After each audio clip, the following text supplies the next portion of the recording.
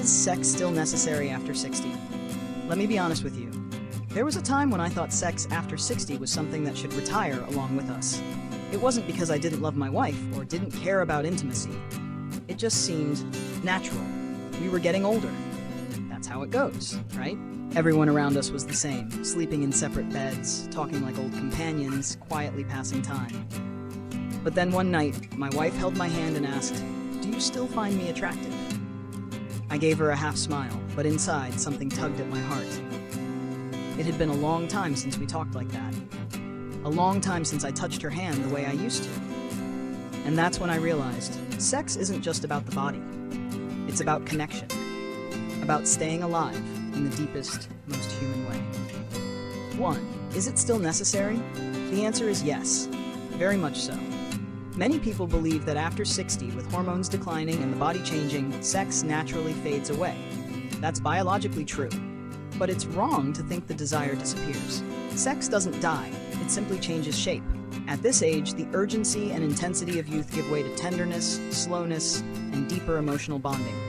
What we seek is no longer technique, but emotion, closeness, and the feeling of being loved as a whole person. 2. What stands in the way of sex after 60? Hormonal changes. Menopause causes vaginal dryness and reduced desire in women. Men may face lower testosterone levels and erectile issues. Body image insecurities. Age-related changes and illnesses can make people feel less attractive. Lack of communication. Couples who've been together for decades may stop talking openly about their needs. Social stigma. Older adults are often made to feel ashamed for wanting intimacy, as if it's no longer appropriate. 3. How do you overcome these barriers? First, accept that sex in your 60s, 70s, or even 80s is completely normal, healthy, and valuable. Some suggestions for reigniting the spark. Speak openly.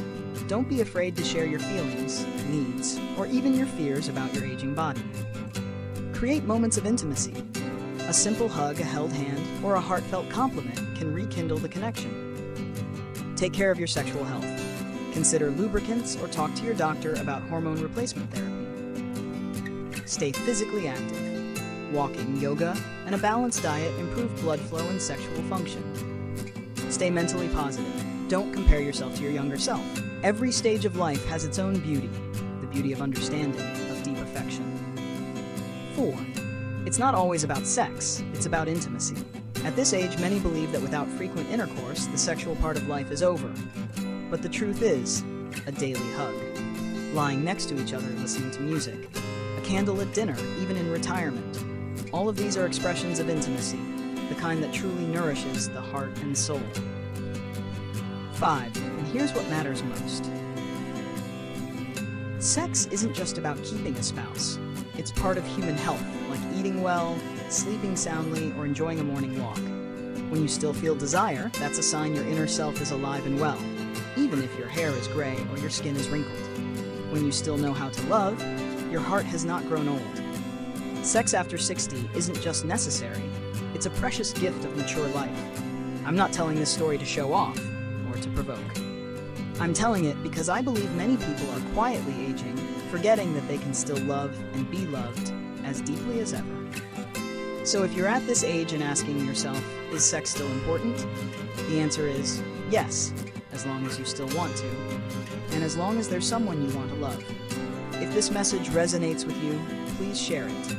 Let others know that love has no age, as long as the heart is still open.